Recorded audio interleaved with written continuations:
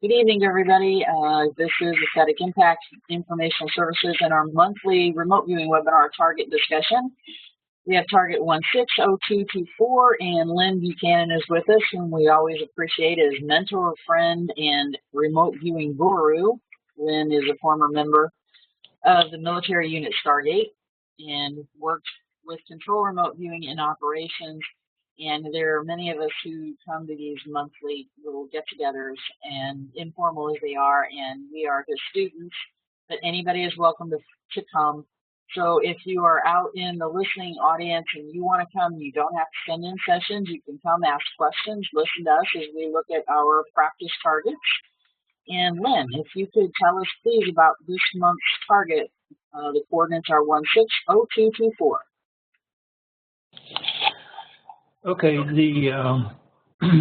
you can see there, the world record Mentos and Coke challenge, and I think I spelled Mentos right on the sure did spell Mentos wrong on the Yeah.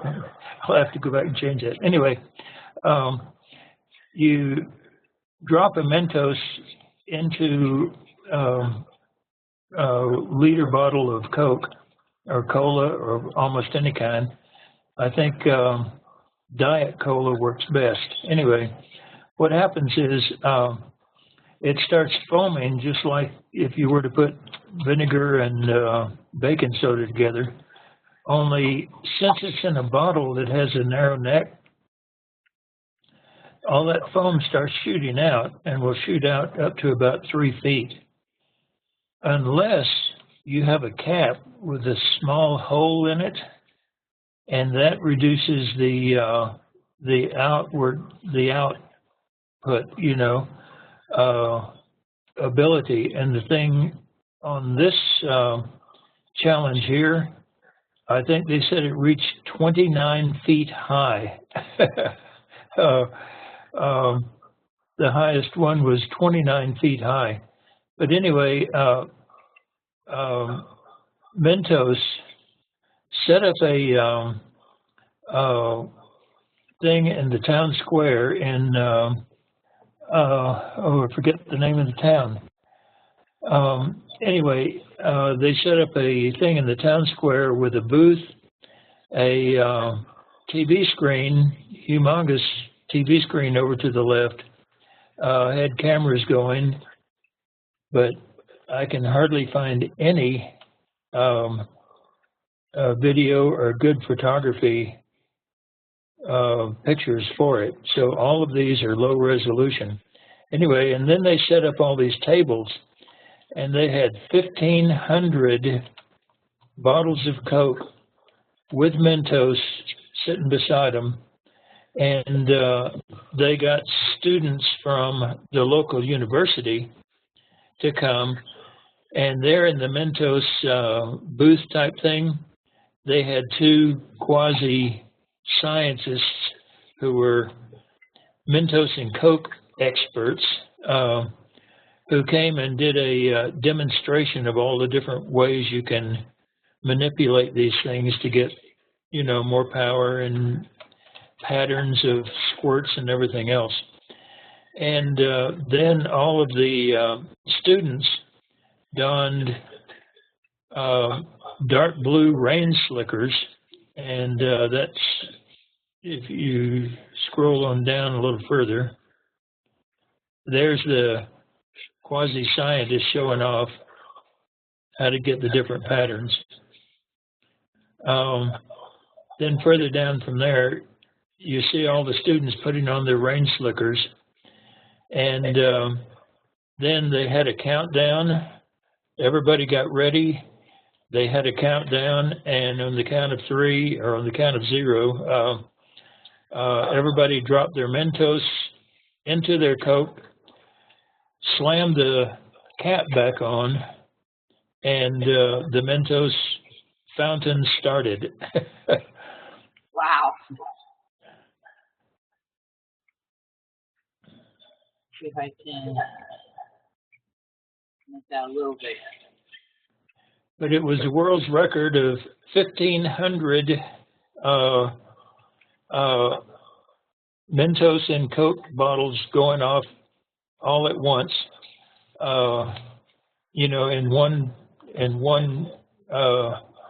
on one command. And also, like I say, the top one reached 29 feet high. I don't know how they measured that.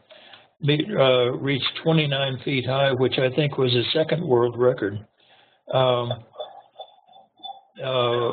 When there's no cap with a little hole in it, the fountain is normally about 3 feet high or 1 meter. But with that cap in place, I mean, that stuff shoots straight up, and you just, if you haven't seen it, try it sometime. It's really amazing. It's a waste of a candy and a Coke, but you know, it's really amazing to watch. I bet you had a good time with that, didn't you? Yeah, the one I saw. I didn't do it myself, but I was watching. Yeah. Oh, you're out in the driveway doing this. Oh, listen. I think another world's record would have been the cleanup mess afterwards. Oh, I can't imagine all that sticky.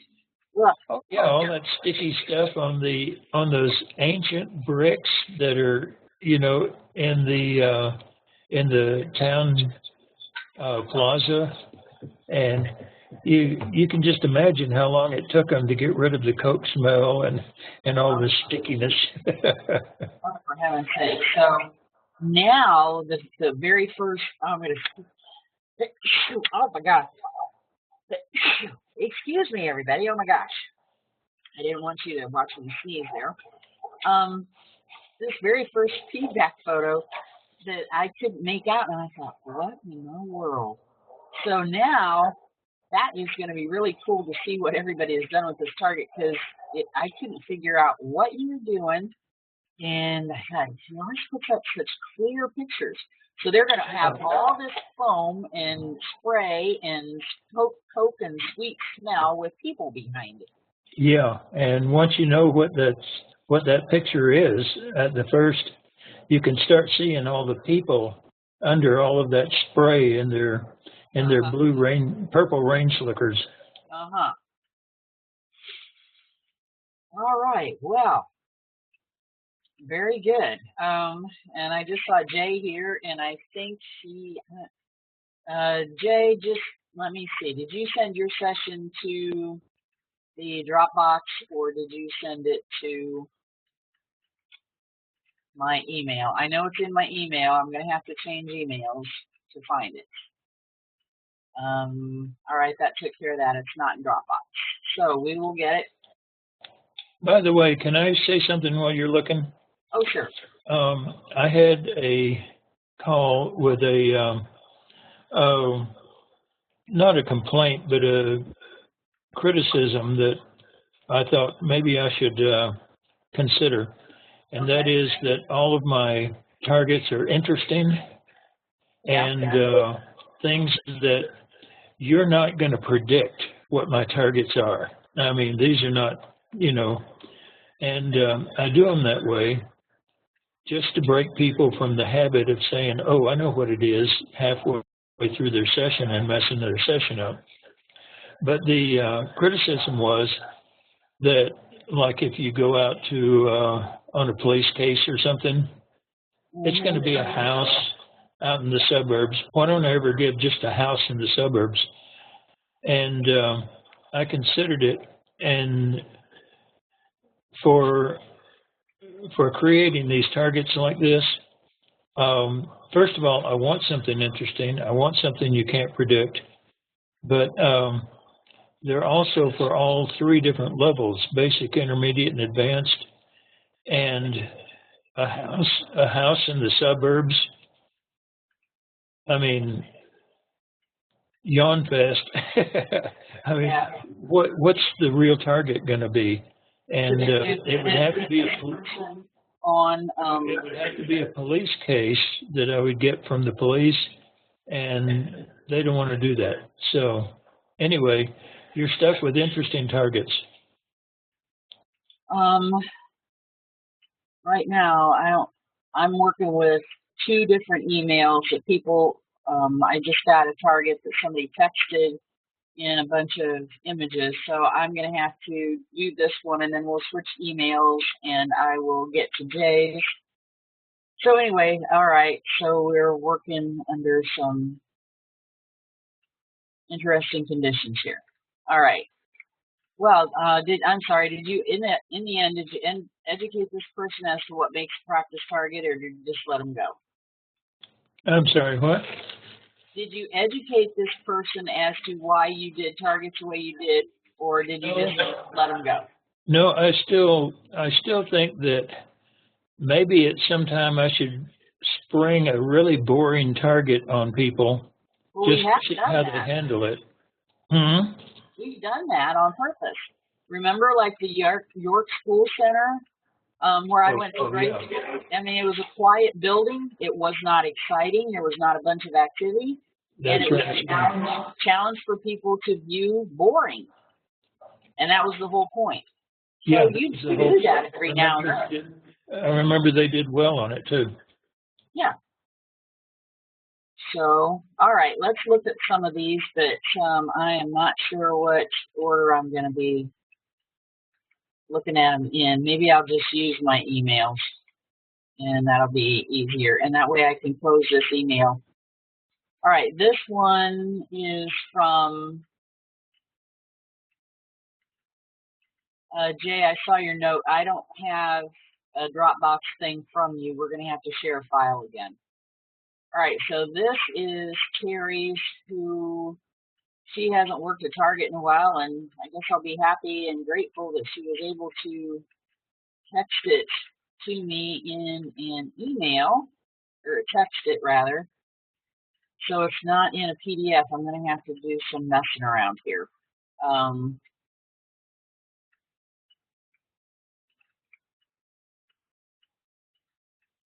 Hopefully my brain is, there we go with rotate. So now I get to work with Windows 10 too. And it's not going to let me.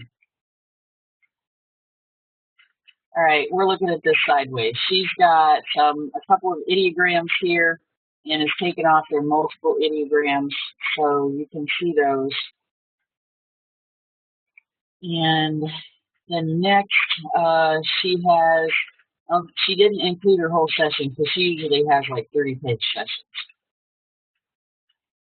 She's starting her first sketch, and you can see it's pointed and it has numbers on it, and this is her phase 3, and she's probably, that's page 7. So she's numbered her phase 3 sketch. She's moved through phase 1 and phase 2. She's gotten sight contact. And this is her summary. I'm just downloading these again so that I'm in the order at least, so you can appreciate them. The only thing is, I have to save this thing, I think, to get it to why it won't rotate. Unless, there we go. Because my chat box is covering up my little tools. All right, so the target has aspects of man-made, bio, movement, and man-made 1, entrance opening at the top, then spirals downward quite a ways, and it's curved. The side feels smooth. It's marvelous, poorly sheened, light-colored, individual curve shapes molded together like each section feels curved. I'm going to make this a little bigger. Hopefully it won't be too blurry.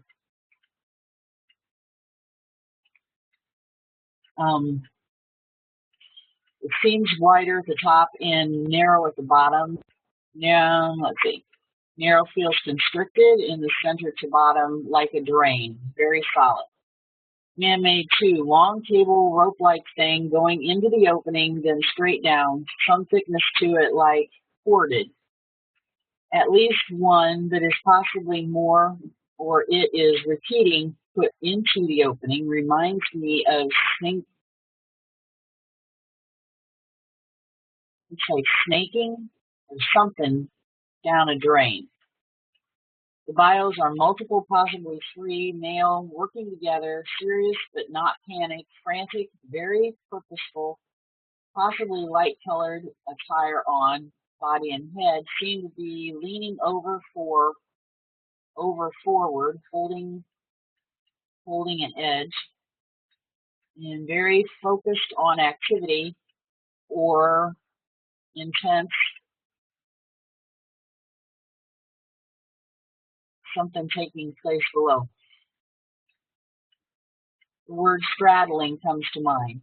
Movement, we have something moving downwards quickly, like going down a drain, feels propelled downwards from above. At the base, the energy seems more blurred, frantic, active, energetic, possibly electric red. Purposeful, businesslike, possibly industrious, updated, focused and collaborative, like something needs to happen for a particular outcome.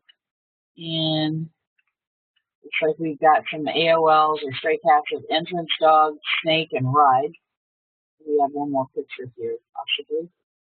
Here's her sketch.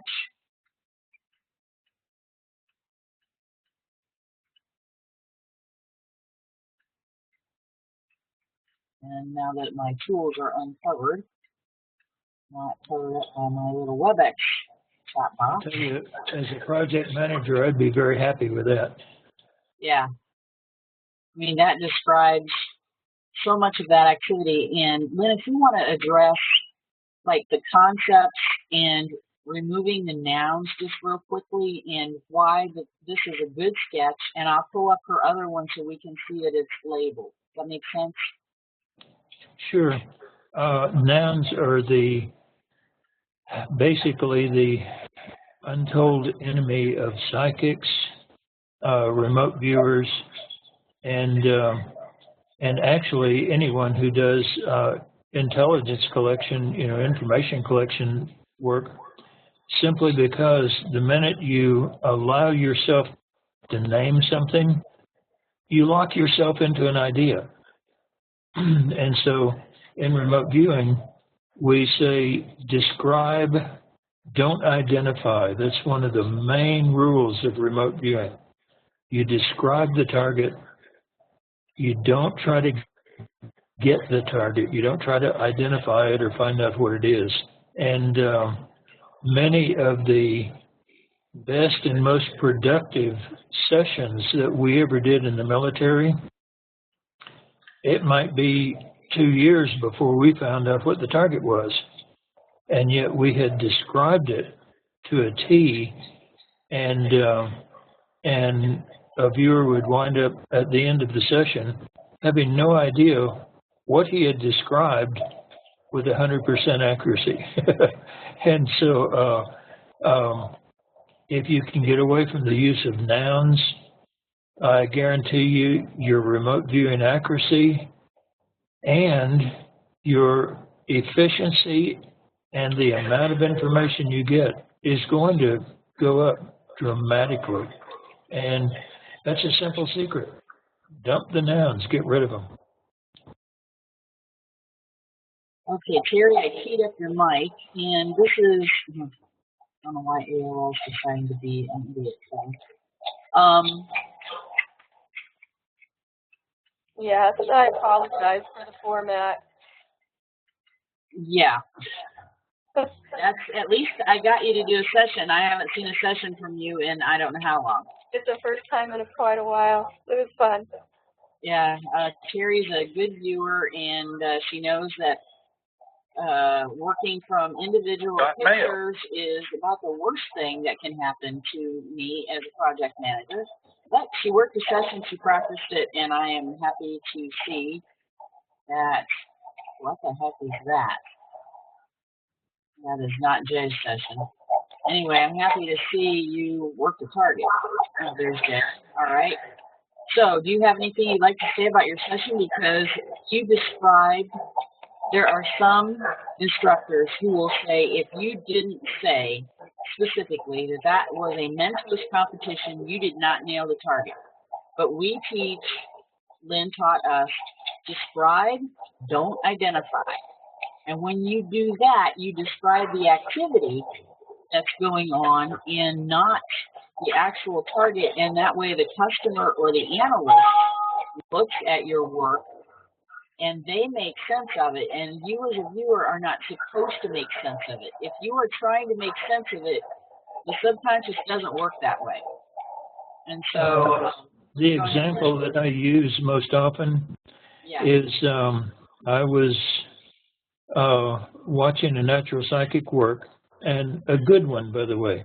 I mean, we're not shabby or fake or anything. A good natural psychic, and this woman started off by saying that that she was seeing the color white and smelling sort of a antiseptic air smell and all that, you know, not a medicine-y smell, but a totally clean air smell. And there were people walking around in white clothes that were, you know, like like a doctor's outfit. And in this hospital, you have all these sick people, and these sick people are, you know, and she was off and running. The minute she said a doctor's clothes, she locked herself into that. The target was a computer clean room, and she was doing fine right up until the time she locked herself into that noun. And when you do that, if that noun is right, you're going to do good. There are just too many nouns in the language. Your chances of getting a noun wrong, and you get it wrong, and you've locked yourself into a bad session. I wanted to point out, too, because we have all kinds of people here from different people who have taught themselves, doing nothing more than word searches and doodles and different trainers. And that's fine. You don't have to be a control remote viewer to show up and talk with us. Terry has numbered her P3 sketch, and you don't see that because we don't have her whole session in PDF form. But what she has done is every one of those numbers, she has come down below her sketch and probed that area of her sketch, and the perception she got from that area she put with the number underneath her sketch. And so she has P2 information where she got descriptors. When she moved into P3, she labeled or numbered her sketch and then probed different areas of it for more perceptions. So this is an excellent way to keep your work organized, and somebody who's following after you knows what you were looking at and how you got your perceptions and what order they come in if you do it like one number at a time. So could we have Terry mute her microphone while you're talking? Sure. We're getting really bad feedback.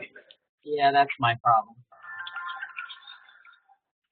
Okay, so yeah, what Terry did was number her session or her sketch, and then went below it.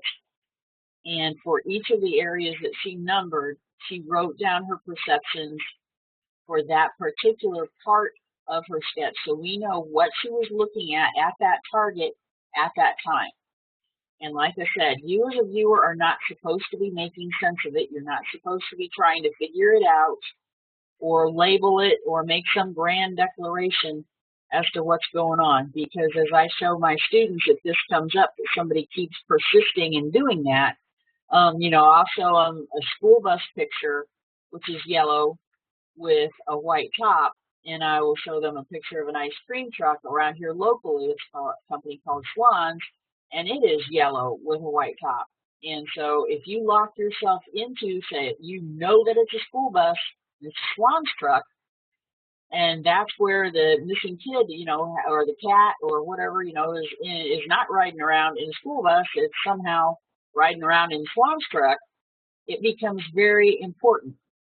So you don't buy into the nouns, you don't try to figure out what's going on, you describe what's going on, and when you do that in practice, and you practice and you practice and you practice, and eventually someday, if you go into real world targets, then you are already doing what you need to be doing to move completely from practice to operations, because you don't have to learn how to do something to be a professional. You've already learned it in practice and refined your skills and learned how to use all the tools. Can I say something about the numbers too? Go ahead. A lot of people take the numbers like on the sketch, and while they, in a regular session, they've learned not to use nouns and not to identify, when they do a sketch like that and start numbering it, they will start trying to tell you what it is at that point. And on the sketch, where you do a number, like you feel around the sketch and you get a spot that's hot, let's say. You number that as a 1, then you go down and you write, at point number 1, it's hot. Then you keep moving around, and as you do, you find these different spots on your sketch that have different descriptors, and you're supposed to describe what's at that point.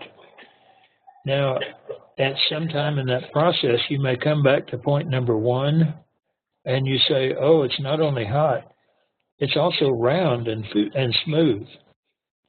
So then you go down and you say, at point number 1, it is also round and smooth. You don't try to identify it, and you don't one-up just because it's your next thing. So those numbers on the sketch are points on your sketch, and you're going to tell what's at point number 1, what's at point number 5, and so on. And you're not supposed to guess what it is. You're just supposed to describe what's at that point. And you don't even try to figure out how that relates to the rest of the target. You focus on that one point and tell what's there. A customer will know what you're talking about. And that's, hey, you can't get a better explanation than that. All right, so let's look at another one. Here is, this one is Jen's, and she is an advanced student, has moved away from my training, and I pushed her out of the nest. I said, it's time you go study higher things, and I don't have time to teach you. So she is studying advanced with Lori now. And here is her session summary using an Excel summary sheet, which is really ideal. But most people, I don't push this at my students to learn this. It's enough for me to get them to learn to remote view, and a lot of folks, software capabilities just aren't, able to do everything. So the session was also done entirely paperless. I saw that you're talking about that kind of stuff on Facebook. I think I resolved most of the problems in there. I had a little bit of distraction, maybe a little bit of displacement on the water part of it. I was kind of busy that day, and but other than that, it has a few more bugs to work out, but I think it's coming along really nicely. All right, Jen has been exploring doing things with various software tablets and so on, and not killing trees and paper. So that's what she was referring to. So let's see what we have here. She has sent in her summary and her sketches. We don't have a PDF, as you will see from a lot of the folks who are sending in work. All right, so the sketch that I hope you can see to the right, I'm trying to make this as big as I can without taking up my whole screen. The sketch to the right is hopefully what you want to see with the descriptors that are on the left, what you were looking at that time. So she had the salts reported of man-made, biological, natural, and water, and then she goes on to say man-made one is brown, it has right angles, it's hard, rustic, and deliberate feeling. biological, and she doesn't have one here, so I'm guessing there's only one that she's going to tell me about. Male, physical description is dusty, blue-gray, covered, gritty, tastes sweaty and salty, and smells sweaty, medium size and build. Location is enclosed, structure, rustic, aged, and work ambience, and that has to do with the biological. And then the sketch is over on the right. Hopefully you can follow along. Oh, that's pretty interesting. There's a sketch of a guy coming up who's leaned back a little bit. I hope nobody was holding that Mentos can, but maybe or bottle, or the Coke bottle, but maybe they were. Yeah, first it shows him at a table. Uh-huh. Yep. Let's see, going back over to the left, she has rustic aged work ambiance, impression ambiance, focused, playful work ambiance. He gives me creative ideas. His place is interesting. Conceptuals are creative, artistic in a craftsman-like way. Reminds me of this old house. Interview, and she is in phase 4 in the SI column, and it's just like having a conversation with a person on the street. She's asking him questions. What are you doing here? And he replies, building. Trying to make it fit, filling an order, going to town. I specialize in doing this sort of thing. She asks, do you like it? This is specially made for someone. I have a lot of pride in this. I prefer to work alone. I like to get lost in my work. I am anxious that this goes well. I am down-to-earth, grounded person. Man-made 2, we have sight, movement, like spark like lights, bright luminance, white blue color, sounds, whirring, screeching, feel, it sets my teeth on edge. I want hearing protection in here. Then she has a gestalt of natural, in sight, lumpy, odd proportions, C-scalar number 1 and 2, feels strangely hollow, feels particularly structural, surface curves, internal angles. This may be a large structural integrated with natural. Sounds are whoosh, wind whistling, clap sound, ringing sound. Feel and ambiance, mouth feels dry, heart beating fast, makes me feel a little anxious, hands are sweaty, and there's a sketch over on the right, and she did some pendulum dowsing. It's got color in it. Let's see.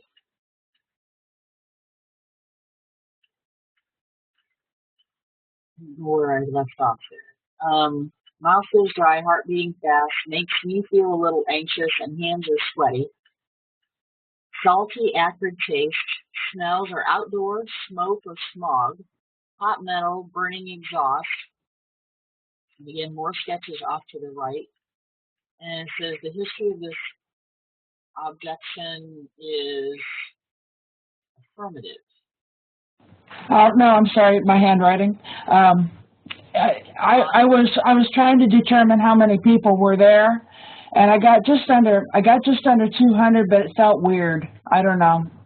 I don't know why it did. But it's probably correct, which is why I put it there, and that was a definite thing with the pendulum.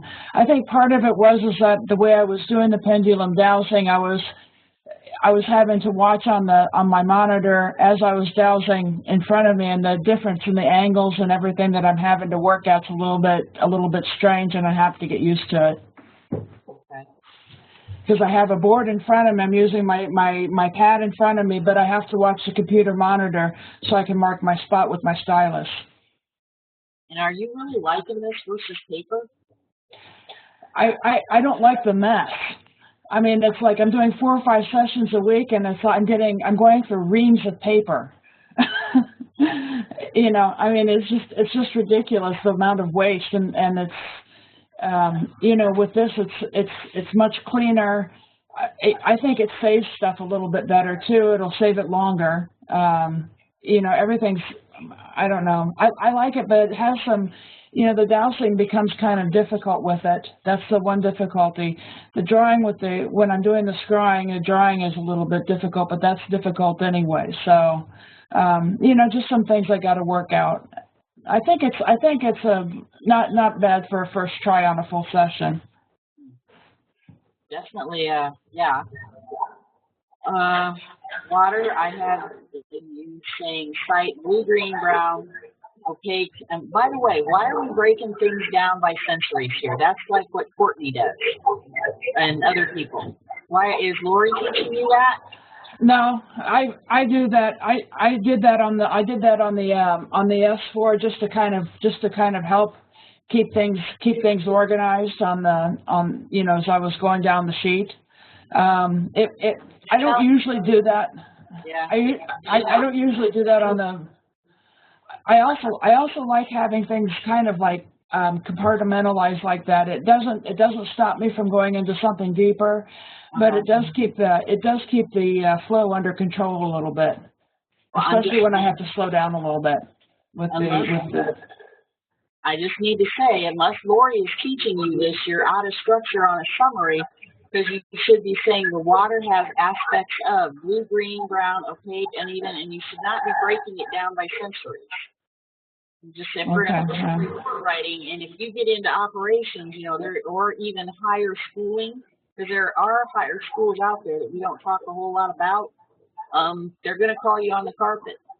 So I'm just passing that on before you get ingrained into doing it this way. So anyway, appearance of undertow, brackish, near a salt line. Sounds, there's gurgling sounds, somebody's saying shush, or it sounds like shush. Wave and spray. Smells, muddy like a river or marsh. And I'm going to have to mute you because there's too much feedback. Slightly salty, gritty, drinkable if treated. I suppose minty syrup. It felt cool, muddy texture, slippery, spreading like estuary, starts narrower, long, snaky, wide sprawling. I don't want to swim in it. It doesn't feel clean. I can go across it. It's related to transport. Conceptual, important part of place, used for many things, almost a reverent or sacred feel, and used to keep things clean.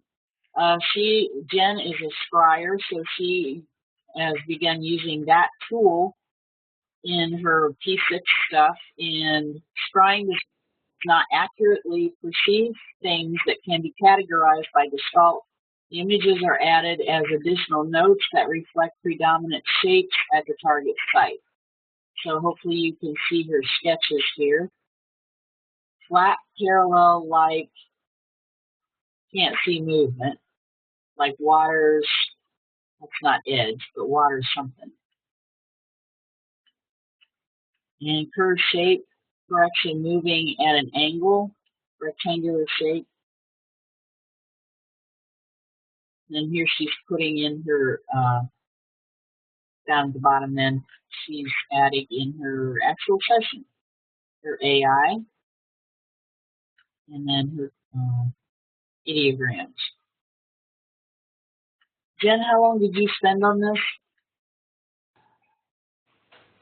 You want me to include the times I was trying to figure out what to do with the pad? No, that part doesn't count. Like with breaks, how much did you spend time on the session? Probably about an hour or so. You got all that data in an hour. Yeah. Good job. Of course, your pen always did fly faster than you could hardly keep up.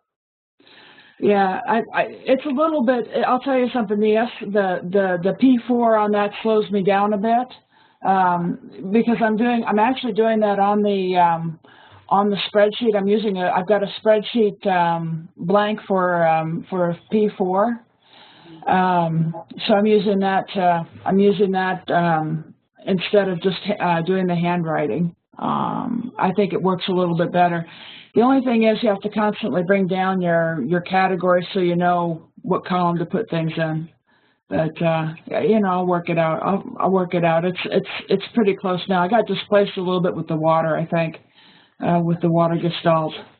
Make sure you're doing it the way that Lori's teaching, okay, and not inventing your own little. Yeah. I took the advanced class, but I'm not continuing with her. It's way too expensive for me. You double whatever. The Canadian dollar has dropped off, and so I'm basically getting 50 cents on the dollar. And so to continue with her being over $250 a month for me, I can't do it. So you know, I mean, it's just beyond what I can afford, really.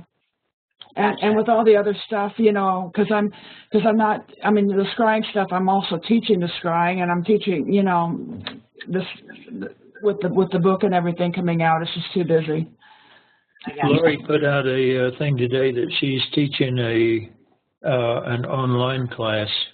I think it's a basic class. I'm not sure. I didn't read the whole thing. I did take the advanced class, but I mean, it wiped me out to do it. I mean, it was like like I said, you just double everything. By the time PayPal's done putting my currency into American currency, I get about 50 cents on the dollar for it. When it's just ridiculous. I mean, it was, you know. I've stopped teaching classes mainly because of the costs. You know, well, one of the major reasons is because of the cost to the student. It's ridiculous. I mean, you pay more to get here and stay in a hotel than you pay for the course, and you know, it's just it's ridiculous when we have the ability for online training. So I'm developing online training classes, and I've just quit teaching in-house here. Well, you also needed to do that because of Linda and your mom. So. Yeah, Mom is 99 this month, and she lives with us, and she's fading pretty fast. So it's full-time care, really. Lynn, I got a question for you. It's a little bit off topic. Are you related to Dr. Joseph Buchanan that lived in between 1840 and 1870-ish? Could be. I'm not sure. Buchanans are pretty well related to each other. This guy's special. He wrote a book called The Manual of Psychometry, and if you read through that book, you can easily discern the roots of CRV. It's absolutely centuries ahead of his time. It's unreal. If you ever have a chance to look at it, I was absolutely flabbergasted. What is the name of it? It's called The Manual of Psychometry. And I'll write it in the chat box for you. Oh, good. Thank you.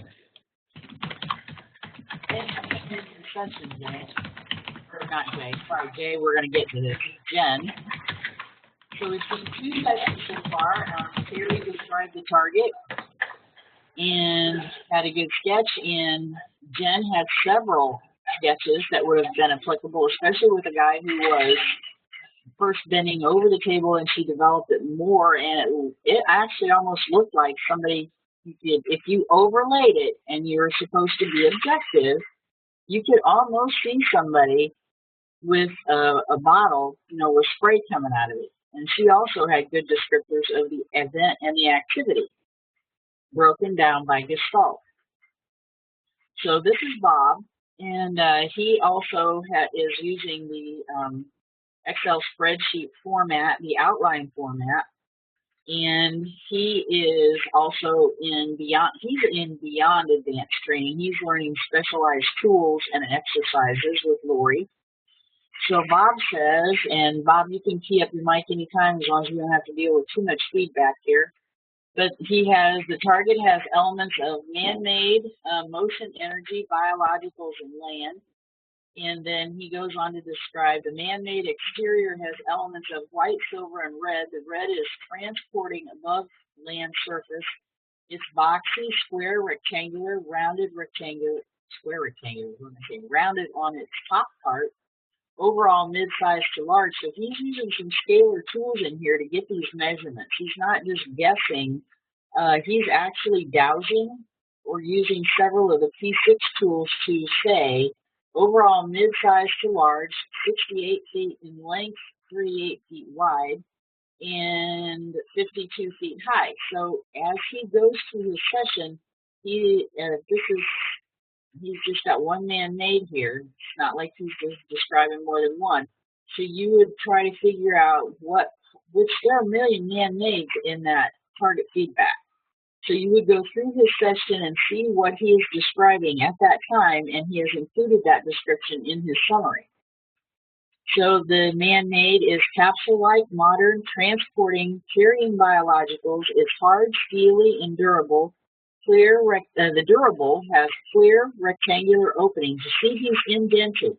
He is moving from man-made to carrying biologicals, and the carrying biologicals is indented again, so you know exactly what perception he's looking at that describes exactly what came right before it. So the biologicals, the carrying part is hard, steely, and durable. The durable is clear, rectangular, openings, viewing from inside of it. And when we do our summaries, we say has aspects of. So the durable has aspects of.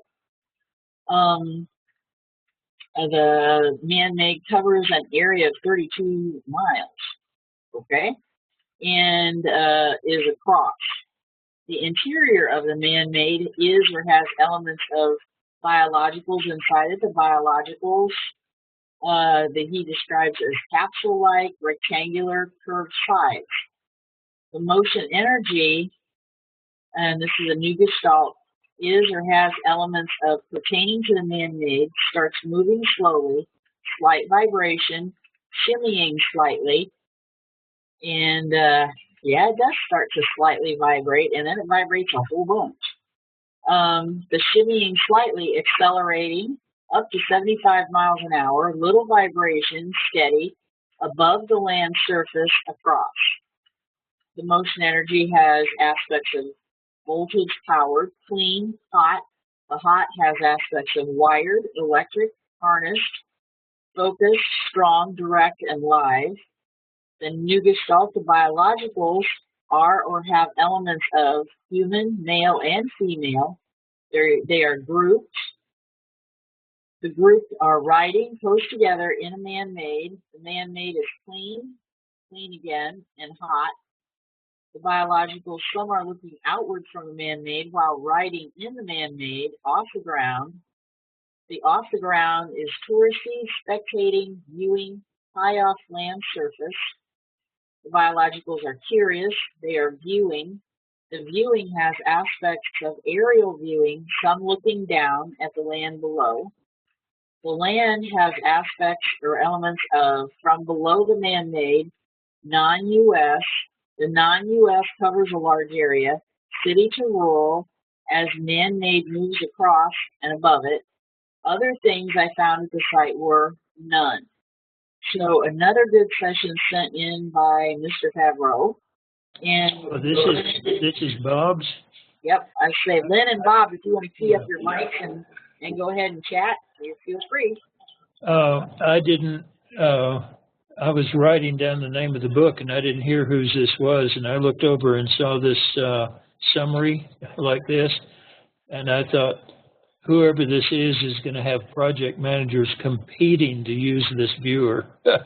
For everybody else, learn what's here and you will have project managers competing to use you in projects. I can guarantee it. Your heart went pitter-pat when you saw that little summary there, didn't it? Oh boy, I tell you. I bet it did. Bob, what did you think about your session? You always have a good time with your sessions, and what is it you always say? Not that you're enjoying it, or there's always a phrase that you use. You're having a blast. You know, this is a good target for blasting. Definitely a blast. Hi, T. Hi, Lynn. Hey. You know, when I look at this, I think I just jumped target. When I found out where this thing was taking place, I think it was in England. I swear, if I was reading this session, I would think that I was on a double-decker tour bus. As far as the content goes, the structure, yeah, the structure's all there. But I don't think I was very much on target on this at all. Also dealing with some issues with the index finger, the writing finger.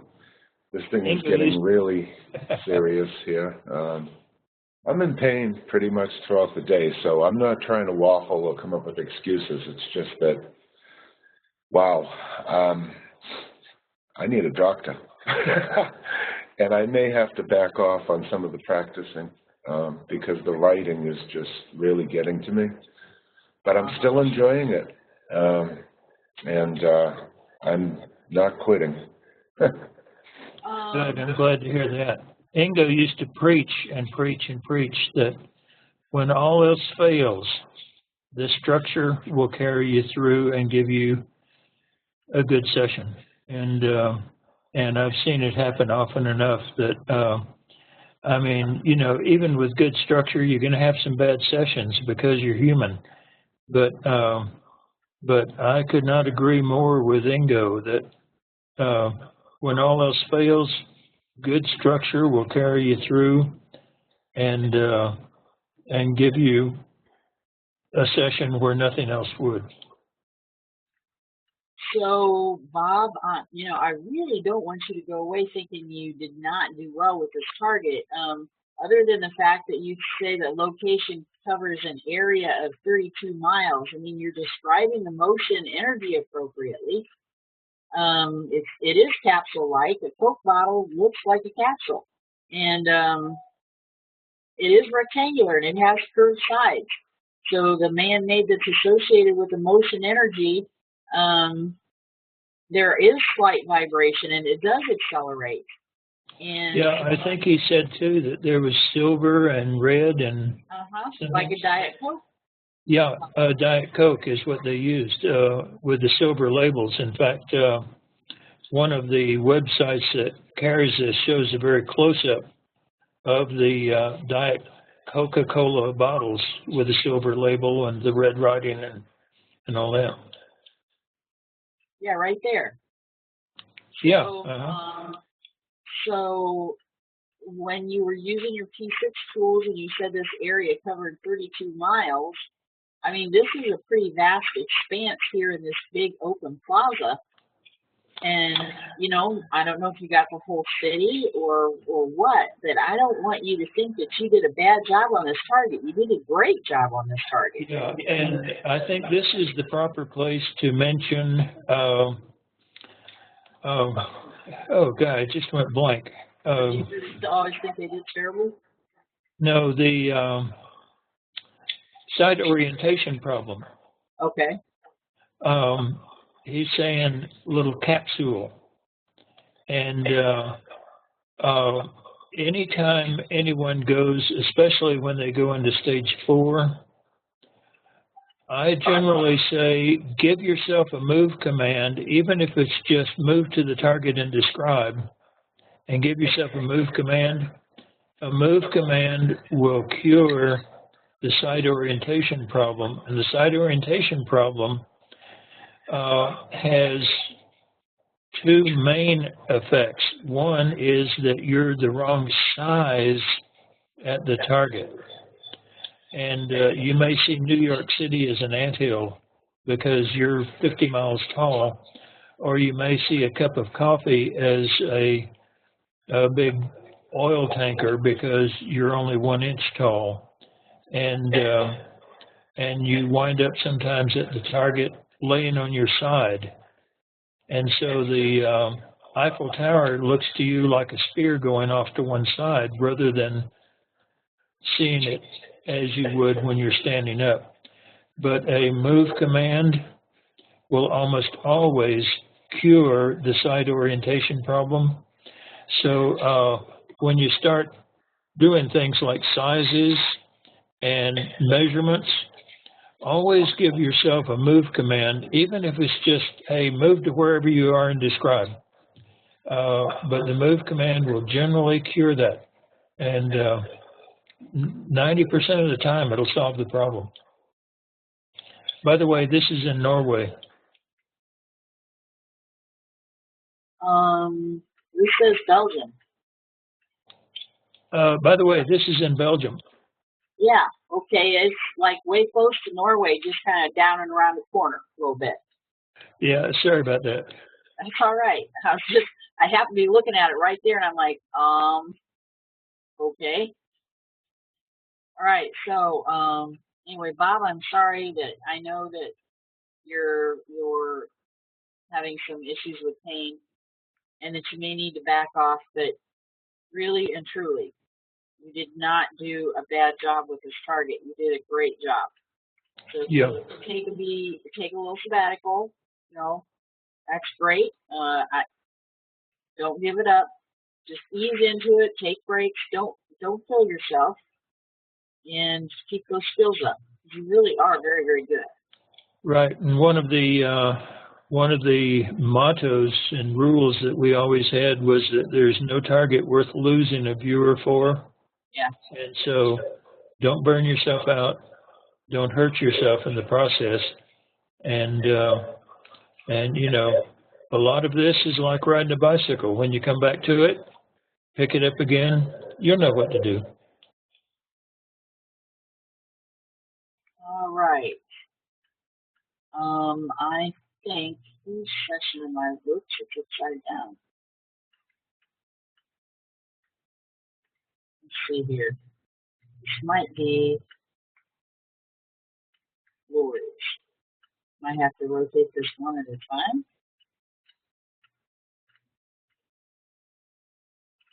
Yeah, this is Lori Golden's.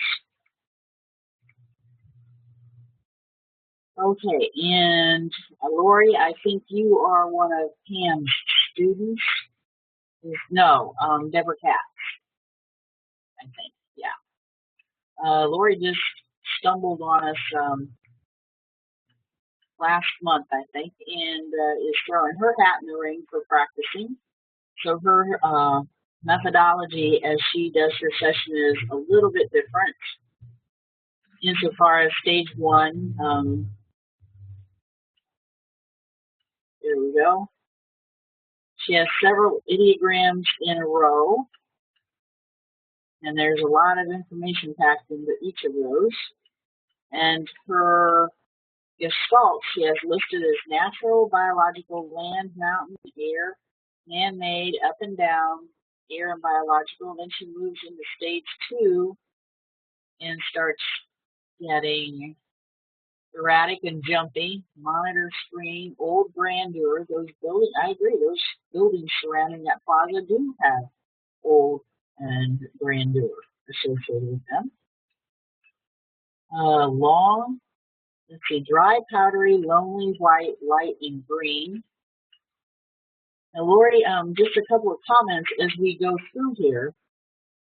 When you, and I know that Deborah has been teaching you guys some aspects about CRV, but she'll even say that she's not an official CRV structure and she isn't meaning to teach, you know, full-blown CRV. When you go through this in stage two and you put down, you know, just the coordinates, I don't know which gestalt you're looking at. So if you would, like, go over here, and there are lots of things that I can send you about learning the IAB sequence and such over on the right, and then you just declare the gestalt that your ideogram represents. Then when you come down in phase two, I know which one of these things you're trying to describe, even though you are you are doing what we call winking about the site in phase two, meaning it's like being in a dark room and you have a flashlight. So for a split second, you have just a little bit of that being illuminated. But even though you can see like flashes of color over there, your hearing still works. Just like in sitting in this room right here. I'm talking to you guys, I'm looking at the screen, but when the furnace kicks on, I hear it. So even though you're winking about the site, you have a flashlight sort of peeking at this spot, and then you turn it and it looks at this spot, all your other senses are still sending you information. So anyway, when you come down to phase two, if you could have gone through the IAB sequence with each of those ideograms and then told me which one of them you were looking at in stage two, it's at least a start as you build your foundation and your site contact and your aperture opens, as some people would say. I'll give you a few terms there so maybe you can relate. And somebody, Lynn, I know you're dying to say something. Go ahead. I'll scroll. I think that Deborah learned from Paul, who believes that the ideogram there Uh-huh.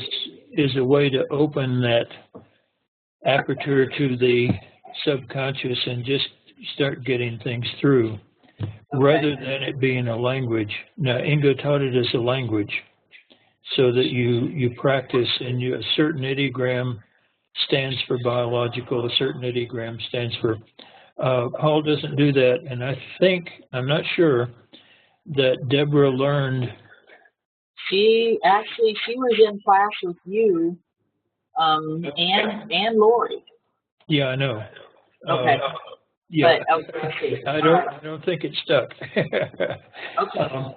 It's much harder to have ideograms as a language and make them totally dependable than it is to use the ideogram as opening of an aperture. Uh-huh. The thing is, whichever way you practice, it tends to work either way. I want to look on the paper and say, oh, that's my ideogram for whatever.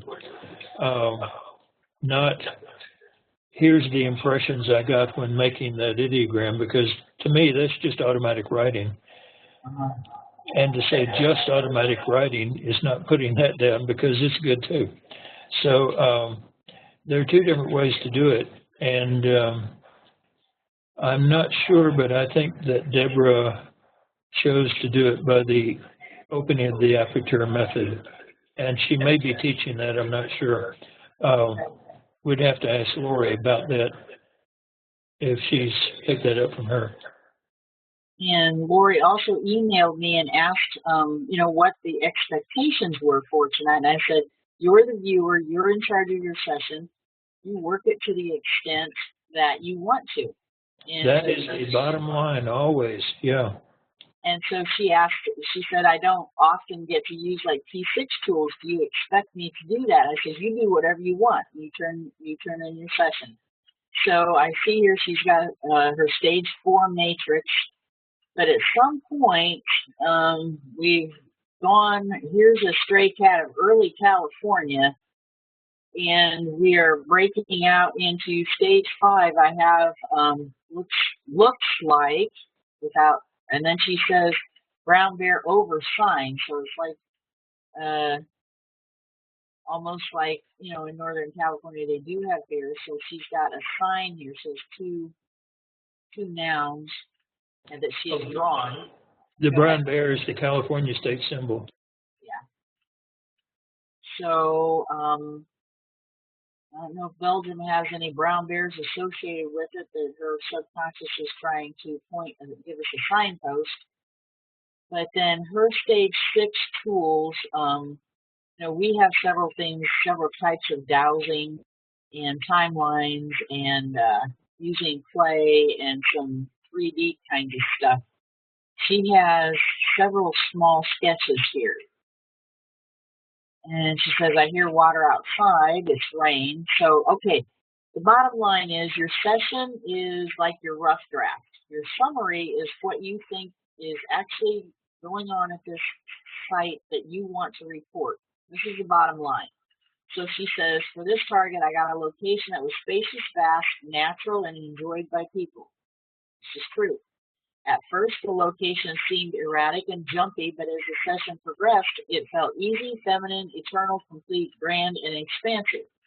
There was land, air, biologicals, animal and people, motion, and man-made things. The people there seemed youthful, free, and happy.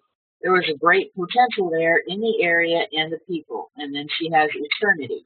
So I think that might be more of a concept, but I would have to ask her about that. This is not in the feedback thing, but while those two Coke experts were up on stage, yeah, they were making the things go to the music that was being played, and all of the students there, it was like a rock concert.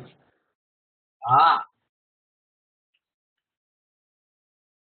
Well, when you fix that little Mentos typo, maybe you could throw that in. That bit of feedback. Yeah, they're waving those bottles back and forth to the music and Oh, making the fountains like the fountains at the Bellagio, you know, dance to the music. so Jen's sketch there that looked like them moving the Coke bottles back and forth. They really were moving the Coke bottles back and forth. Yeah, absolutely. That was a good impression. Wow, I don't know about bending over that stuff though. I'd be afraid one of those would be like exploding in my face. And Yeah, no, they're waiting for the countdown. to drop the thing, and as soon as you drop that thing, you better slam that cap back on and tighten it down, or you're going to get Coke all over you. Well, Bob said 75 miles an hour. Now that would not surprise me at all. That would be an interesting thing to find out how fast it's got to be close. And Terry must have seen something relevant. She wanted to go back to the white-coated scientist. So she must have spotted something that came through in her session. Lori, let's key up your mic. Do you have anything you'd like to say or any questions?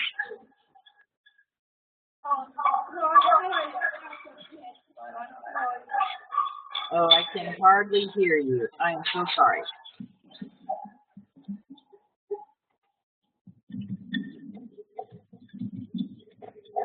I will turn my mic off.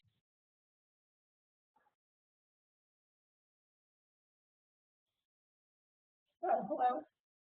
Can you hear me? Hello?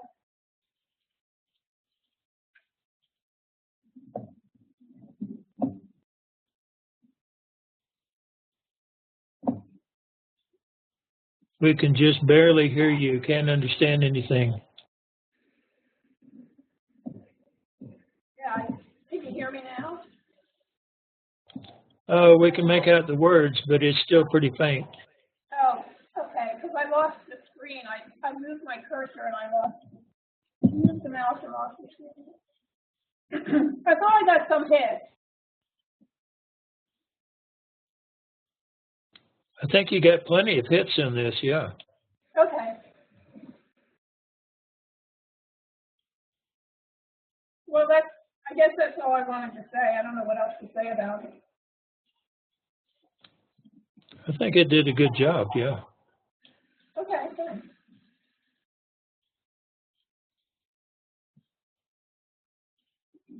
Not only that, but through your summary, there seemed to be it seemed to follow the progression of events as well, too. Uh-huh. I know that the California thing was a stray cat, or whatever you call it. Yeah, Stray Cat or AOL, either one, yeah. Yeah, but I think stage 4, when I did that, like the AI and everything, I thought that was pretty good. Yeah.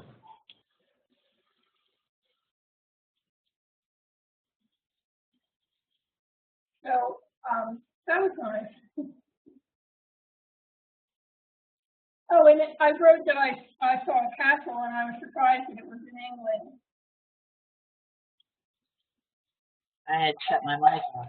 Sometimes those you don't want to buy into a stray cat because they're usually nouns, but sometimes there's a lot of good information hiding out in them, and they remind your subconscious is trying to tell your conscious mind, it's trying to identify the target too. Yeah, the thing is, the stray cat comes from something that's in your subconscious mind. Your subconscious picks that stray cat for a reason. The caution that we always give people is never feed a stray cat. Yeah, I don't think I did feed it, but I kind of enjoyed it a little bit.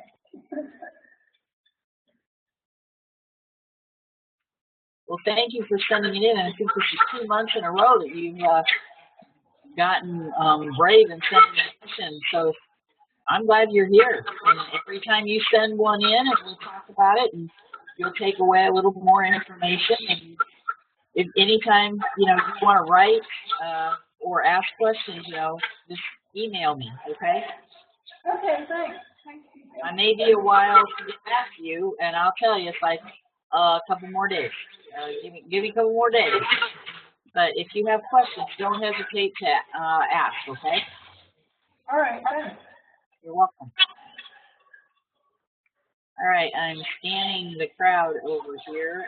Lisa had worked a couple of targets. She had to go, but she did not work this week.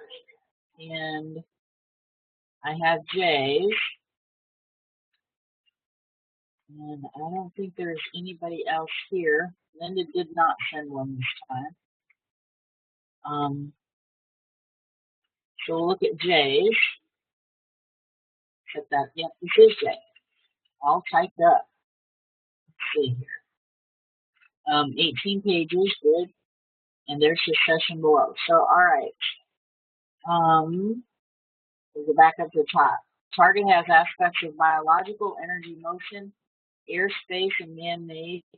Biological has aspects of pervasive, turbulent, draught, apprehensive, jolly, jumping madly, elusive, titanic, meaning he's explaining of exceptional strength, size, or power, immemorial, intrusive, preponderant. Now there's a word for you. Maniac, he had a stray cat of failing health and sweaty, dark inside and celestial, dancing, lively stream of dancers, meltdown, industrial, sideways, back and forth motion, stray cat possibly involving 20-meter wide or high jumps. By the way, we're getting ready to move him into intermediate. He's still a basic viewer. And he's getting better with every target. Flamboyant, juvenile, bold enough, truth marker, and sarcastic and sardonic. Now you have those down as stray cats. I would just venture to say that those might be valid perceptions. It's not my session. Just saying, go ahead, you're the viewer and you make that decision if that's a stray cat or if that could be a perception. And then we have vindictive and sibling and tenacity. Those were stray cats. Once we get you into intermediate, you'll learn to chase these details. It's just getting our schedules to match up here soon. Energy motion has aspects of morphing and a morphing state. Clatter, vibration, stray cats of holocaust, javelin, and dart. Very good. Those are nouns, but those all have movements. Well, not holocaust, but javelins and darts. If you think of the motion of those when you throw them, they're very fast and usually at an angle.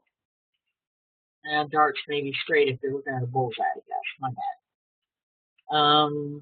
Boiling fray, brinking war, probably on the brink of war. Stray cat, magnifying glass and lens, jumping. And he includes the stray cats for me, by the way, as a learning experience. He knows that, in a real summary, you don't include your stray cats, but he's doing this as a practice session for learning purposes. So, jumping, indigo, color. I'm assuming color, but that's bad on my part. If I had a question about it, I would be asking without leading you. Differential, misty, missing, crazy, tormented, and demented. And we are talking about the motion. I think those are good descriptors. Evolutionary, chain effect, chain reaction, assuring, bring life to others, ordinary, fall, immigrant. And then here is a word, LEIT, motif. A recurrent theme throughout a musical or literary composition associated with a particular person, idea, or situation. Stray cat of blue standard. The airspace gestalt has aspects of open space, imposing, august, exhilarating, troublemaking, doppelganger, sudden mindset, mindless, incredibly soft, gentleness, guidance, and a stray cat of Mayflower, or one word, Mayflower. Man-made has aspects of locate and location, By the way, you have locate, being an action and that's a good perception. Location is a noun. Transport, machinery, we have some nouns mixed in here. Glued, stray cat of trolley, infuriating, rejection, troublesome, yellow. Dark inside, browning, changing pattern, changing color. Nobility and noble again. All intuition, all intuitive, logically blue. Ingredient for tarnishing strong things, flowing madness, monastery. Overall, the target has aspects of promenade, endangering, most disturbing, feathers, growing storm, greenhouse, possibly greenhouse effect, emerging reality throughout, vicious nature, doom, harpoon, most dangerous, possibly most dangerous life form, tormented seed, global disaster, juggernaut, like large heavy vehicle, especially in articulated lorry, or a huge, powerful, overwhelming force. Now we're getting a little bit assassination, Armageddon, we're getting disaster theme going here. And I can't say this one, never could. Brasserie, a restaurant in France or in a French style, originally brewery from brazier to brew. Indiana, Minnesota, possibly Minnesota Timberwolves. Wandering, sir. Globe, possibly Globetrotter. Ancestral, three-dimensionality, astronomical, revamping, Columbine, beauty, perfection, and wisdom, meaningfulness, lovely place to be, America the Beautiful. In joyful land, harmonious, differing, knock me off, tantalizing, dictatorship, cataclysmic, perplexity, blue point, and alluring. Now remember, when you go through your session, you choose what perceptions go in your summary as subconscious perceptions, not your imagination. So we haven't looked at your session yet, so I don't know if you've wandered off into stray cat territory and built a little castle there or what, but we're going to look here in a second. Tranquility, go ahead. Can I say yeah, go ahead. Two perceptions that really stood out for me? Yeah. Was he marked it as a stray cat as blue standard. Yeah. But he could have put blue as a descriptor. Yeah. Indented into that and said standard, because Mentos and everything here, blue is the standard color. So that is 100% accurate. The other was kind of made me smile, flowing madness. Yeah, the act, when he was describing the motion, I thought, well, that nailed it. Then he has comments. The session produced a number of apparently contradictory, mutually excluding perceptions. Joyful mood, love, place, alluring, hope versus Holocaust, Armageddon.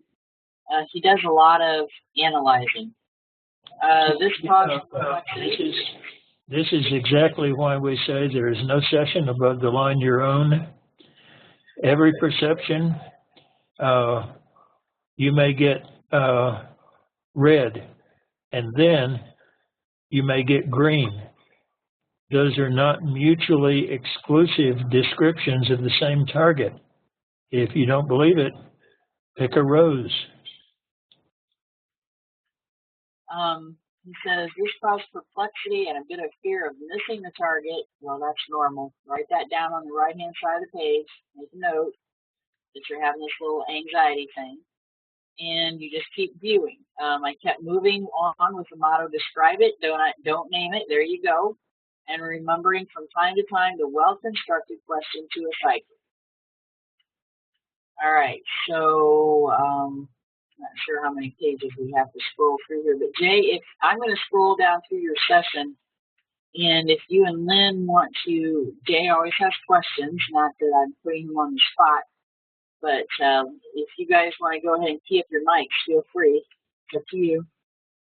Okay. Oh, hi, everybody. Hi.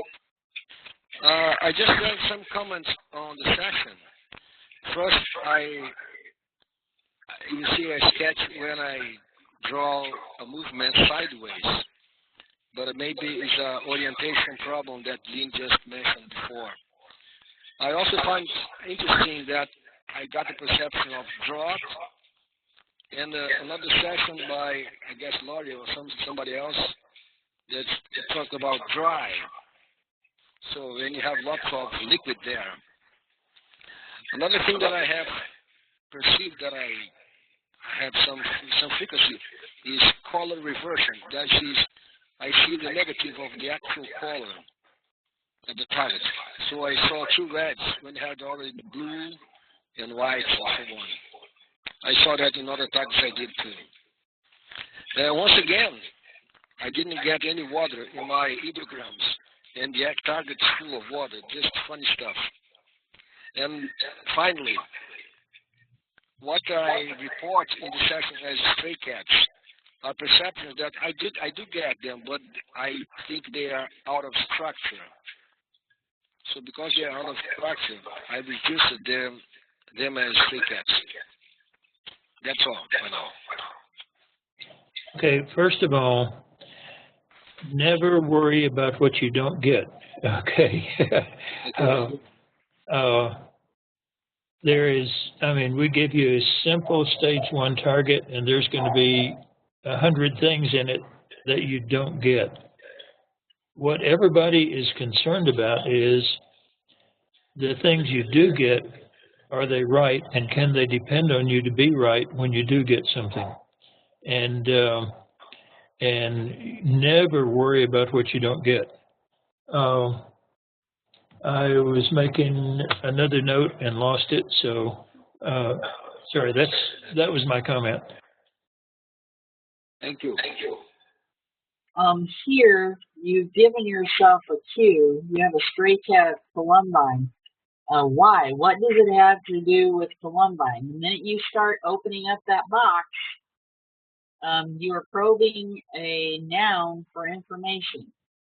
And so, you're setting yourself up for buying into it, which you can do in stage 4. You're just not there yet in your training. I'm just pointing out that to do that now in stage 3, you're setting yourself up for a whole bunch. And phase 5, you'll like that because you get to open nouns and look for kernels of information in them. So you'll really like that. Of course, you'll spend the next 3 months on one session once you get those tools. But you are going to enjoy that quite a bit, I think.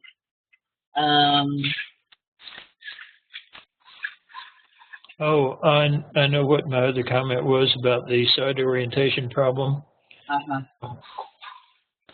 We never have figured out why a move command will generally cure the side orientation problem. We just, through collecting data, we found out that it does seem to, like 90% of the time, and getting the thing going sideways is very likely a side orientation problem. It happens to everybody.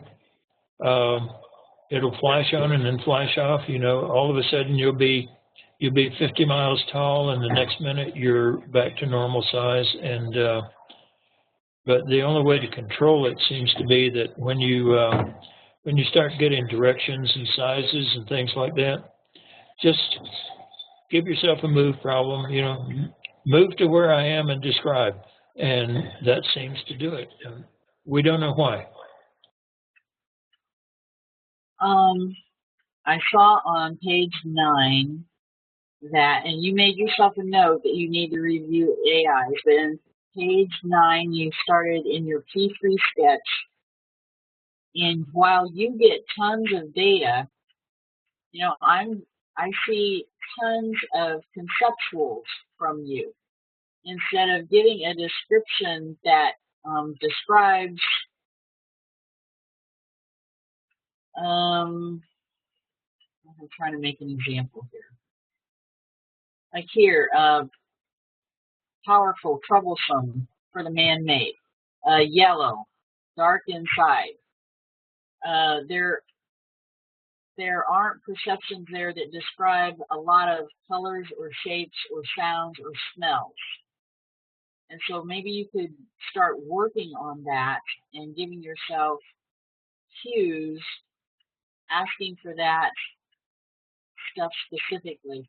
I know that you're, at times, it's all you can do to write everything down as well.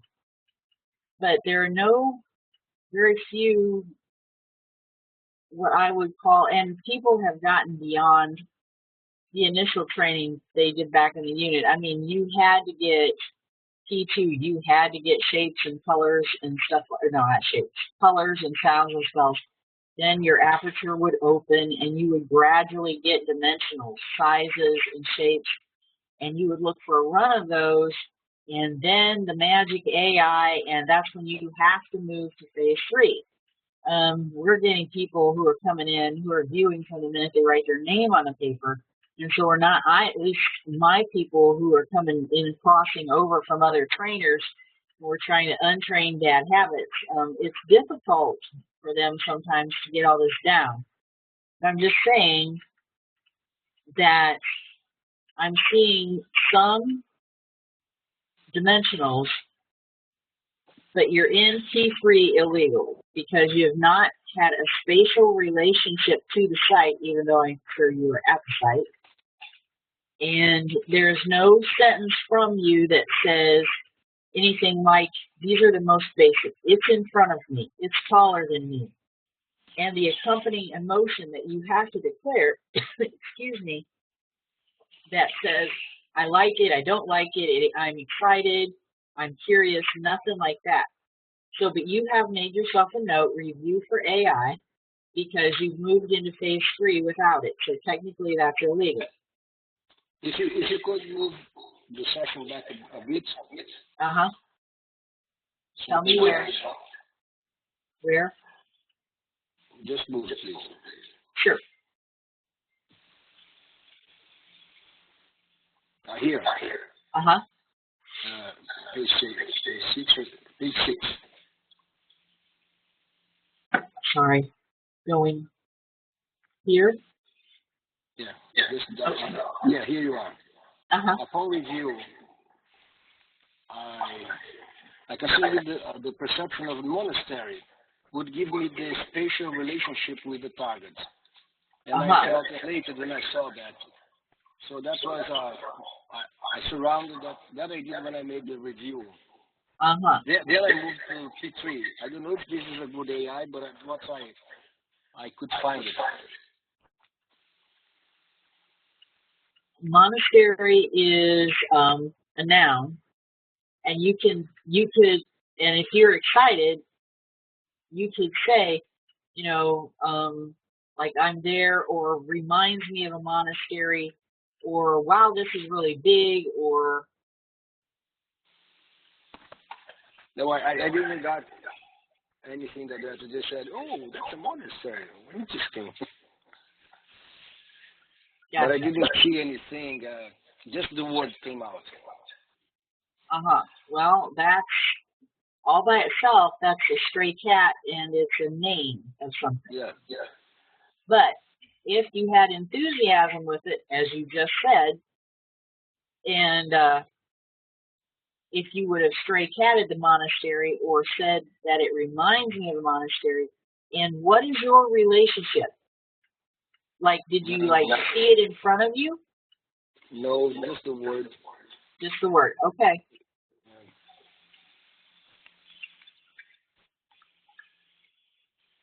Well, I'm scrolling down through here. Lynn, comments, or Jay, more questions?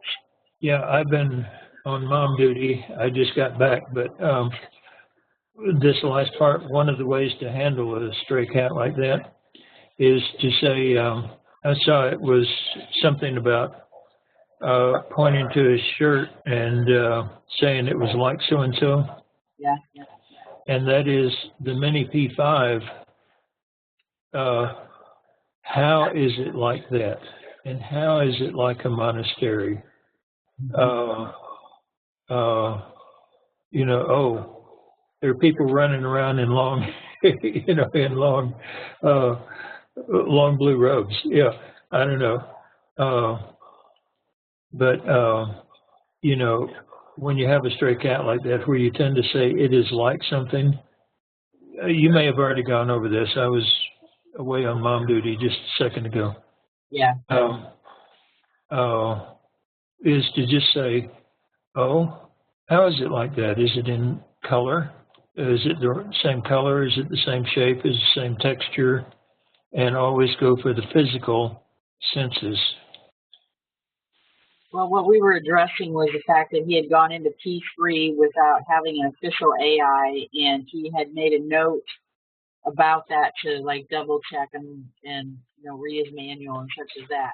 So I was trying to lead him through his emotional reaction, and if he had actually seen something like those old buildings and stuff, and trying to get him to wrap his head around the spatial relationship.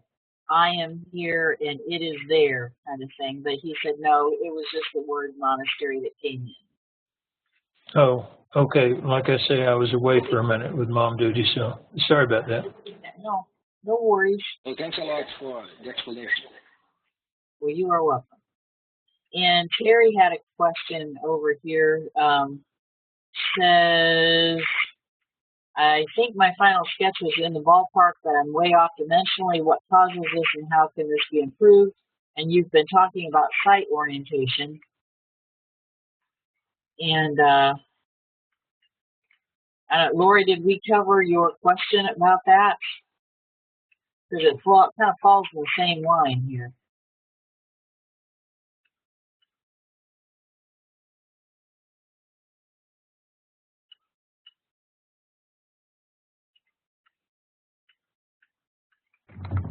Hey, Terry. Oh, sorry. No worries. We were talking about site orientation and stuff, move commands, since you asked your question. Did that help you with the question? I wasn't sure if you're talking to me or Lori. Are you talking to me? This is Terry. Yeah, I am talking about. Yeah. Yeah. You know, I know move commands. I get a little lost when I'm saying, you know, move 25 feet or 50 feet or that type of orientation because because I think in life that confuses me as well. But so I'd like to know if there are move commands that would be clear to me, possibly. Insofar as like for site orientation or to achieve something like moving north or west or. Well, I have. Yeah. Go ahead. You can always say like move back an appropriate distance. Oh, I like that. Move forward an appropriate distance, or you can even say move to a point where I need to be and describe. You don't have to do the 25 feet and so many inches and all that. And in fact, many times, let's say your target is a chip on a computer board, and you say, okay, move back 25 feet and describe. You know, you just mess yourself up. So many times it's better to be more generic about it. I know everybody teaches, you know, move back 10 feet and describe and stuff like that, but you don't have to do that. Okay. I think to expand on that just a little bit, sometimes you limit yourself. It's like having a checklist. If you limit yourself to what information is on the checklist, you don't get the important stuff because your subconscious say, well, you didn't ask that, I'm not going to give it. Didn't want to know that. So if, like Lynn said, if you keep it more generic, you don't box yourself in, and therefore you don't box in your subconscious, and it reports what's appropriate and not what you expect. Does that make sense? Yeah, it does. And I think something else that would be, people in the background, I think what else would be useful is asking I see people doing this in their sessions as well, but asking myself questions. I don't ask questions while I'm there. Yeah, there's sort of a danger in asking yourself questions. You generally do not want to ask yourself a yes/no question, because that makes your conscious mind make a decision. Oh. So you wouldn't say, oh, is this a toy? Or, something like that. Or is this cold? Or even how cold is it? Because then you're asking your conscious mind to come up with a measurement. But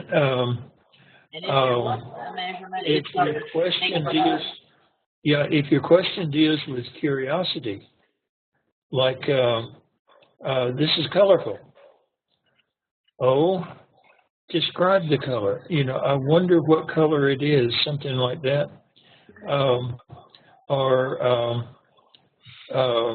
You get, this is big. Oh, how big is it? And you don't go for inches or feet or something like that. You go for, ooh, really, really big. Then you're doing fine asking yourself questions. If you're satisfying curiosity, asking yourself questions generally works. If you're trying to identify the target by getting specific details, asking yourself questions can quite often really mess you up and mess your session over. That makes sense. And also, I think what happens is viewer, like I would do this, go to something that is interesting to me, but not necessarily what the tasker is interested in. Yeah, and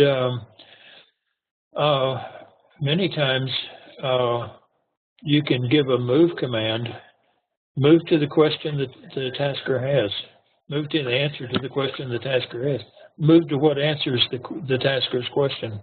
Okay. One of the simplest ones that we ever found was when we would run into a target that somebody had protected from being viewed. The question was, oh, well, if I could view it, what would I see? And there you go. You just blew past any protection anybody can give. Not for yourself. Yeah. And, the thing is, if you're asking questions to get the target, you're going to mess yourself up. If you're asking questions because you're curious about something, you're generally going to help yourself pretty well. And stay away from yes/no questions. They will always mess you up. Okay. And always address, I don't want to let this go, always address the tasking, not the tasker. Don't ask what the tasker wants to know, because if they have the answer, you wouldn't be doing the session to start with. Yeah, that's right. I messed up there. Sorry. Right. Go for the tasking, not the tasker. Yeah, because tasker if you do that, then there's an answer that they are expecting, and they could be totally off. They don't have a clue what's going on, and you'll give them information that they didn't have to consider before. There is so much to this. There's just so much. Yeah, there is. Wow. Okay. Thank you. That was helpful. Well, you're welcome. All right, so the $1 million question. Does anybody have a session that they sent in? And, if you're going to email your sessions, and Lynn and I's private lives, other than CRV lives, we don't really have much private lives, other than CRV lives have been a bit crazy. He's working on getting me to tasking, or front loading, which I will include in the WebEx webinar, so you will have that. But, with all the stuff we have going on, it's been a little hard to get that shaped up. So that being said, if you're going to send a session for tonight, please send it to AIISpracticeRV@AOL.com. I'll put that in the comment thing. And I usually include it in emails and and emails and the WebEx stuff. So I will try and get, and I did it like for the whole year as much as I could and got that set up, at least with dates chosen and stuff, by the way. June or May is early by a week because I have a conference in Florida, and I think the month of Christmas or Thanksgiving is early by a week just because of holiday times. But I think the rest of them fall on the last Wednesday of the month, pretty steady. Lynn taught, that one in May was off, and I said, that's right, I can't have it like 2 days before I'm taking off from Florida. It's just going to be a bad plan. So if you're going to email a session, send it to aiispracticerv@aol.com. That way I'm not getting into 2 private emails with all my other stuff in there just to find your session. So that's why I've developed that AOL address. Some people have developed problems sending PDFs, large files. That's why I developed Dropbox. So I can always do that, but you have to share a file thing with me, and we have to accept it and all that. So I don't do that for just everybody. I do that for my students for the most part. But if you are having trouble sending a session in PDF form to this address, AIISPracticeRV, let me know, and we will work on it. Just email me, and we'll work on something else. Like it's not coming through, I can't get it to go, or I only got half of it, or whatever. There's a big thing here. Let's see, somebody typed in, Linda, I'm going through a stage in which I'm rebelling because what I get doesn't make sense until I see the feedback. Okay, that's a big learning curve right there, and that's what's supposed to happen. Even if I get a lot of hits, I feel grouchy with myself because I didn't do better. I'm admitting this since other people might go through such stages too. The plaintiff cry of the remote viewer. Yeah. If I had only gone one more page. Or like Bob tonight. Bob's a perfect example. He did great work on that target, and he's just, oh my God, this is just terrible. I blew this target. This is awful. And I was like, dude, what about silver and red on the pop thing that's shaped like a capsule that's long and rectangular isn't nailing the target? Well, I don't know. I didn't do very good. Like, he's so typical of a remote viewer and a good remote viewer. And the thing is, if you go in all confident and cocky, you usually don't do well. Getting the feedback is part of practice, and it was built into the program back when the CIA and the folks at Stanford set this up. You got your feedback as soon as possible. Unfortunately, if you work your session for me and it's the beginning of the month and you don't see your feedback for 3 weeks, that isn't ideal. But I've always had the habit of not releasing the target, and putting it out in public. So I could always say if maybe something came up, if somebody nailed a target, I can say with a clear conscience they can put me on any stand that they want to, that we did not show that feedback publicly until such and such a date. And so if you nailed that target 3 weeks before, there is no way you had access to that information. But you are supposed to see your feedback as soon as you close your session, as soon as possible. So, I'm not helping your situation with that. That's for a practice session. Right. In operations, you may not suit well. I think the longest it took on one of mine so far was 17 years. I got feedback. And there are some others that I haven't gotten feedback yet and may never. Yeah. And so that's why all these practice sessions with the Mind Candy teach you to remote view. Okay, here's what I get. Here's what I'm strong in. Yep, I got all the colors, but I never get sounds or smells. So I need to cue myself so I get better in those areas. And that's what all these hours of practice are doing, is to hone your skills, get used to the tools, learn to remote view, and then when you move into operations, should you choose to do that, you may not ever get the Mind Candy, but you are confident in that. I've had great sessions before. I know I did well, and I am just going to, it's like when I take care of a patient in the ER. I don't know what happens to them after they leave my department. I never get feedback.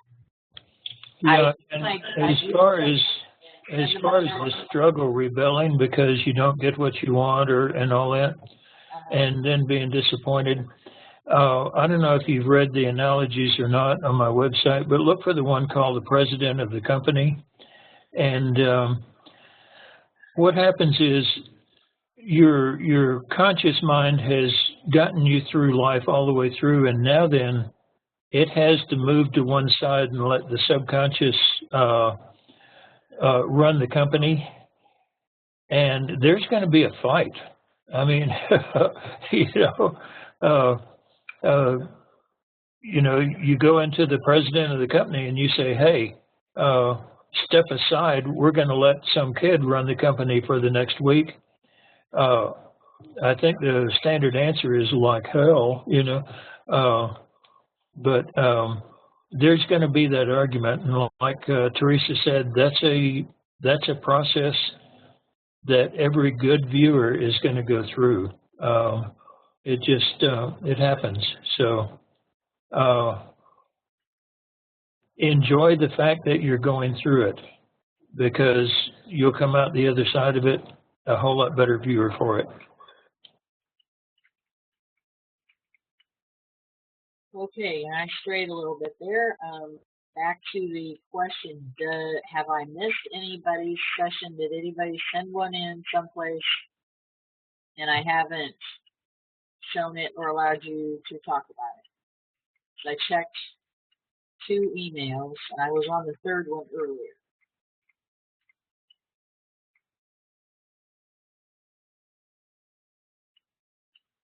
Okay.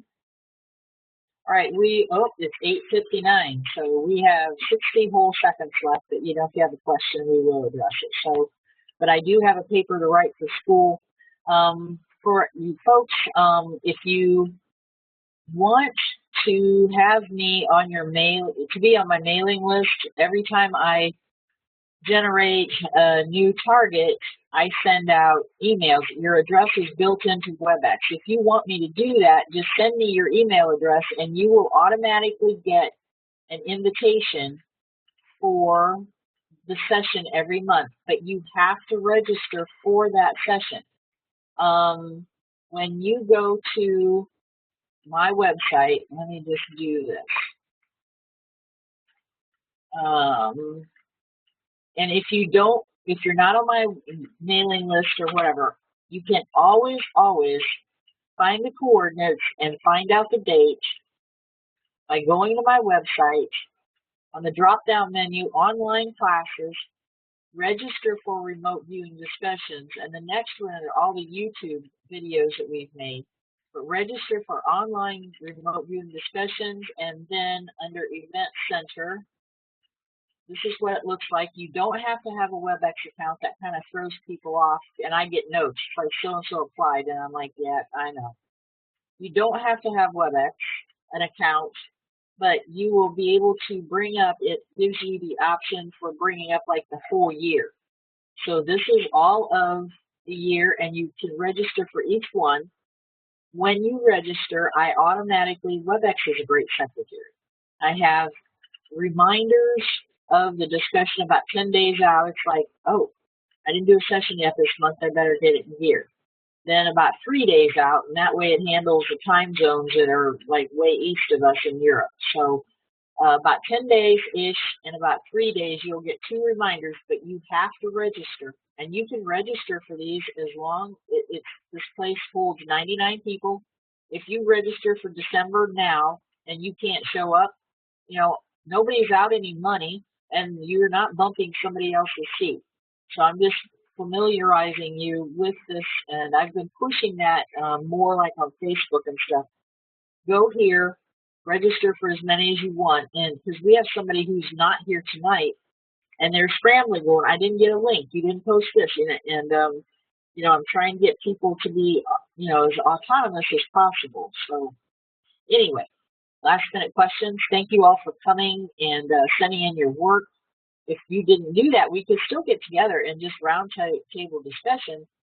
But, it helps to have sessions to look at so we can share.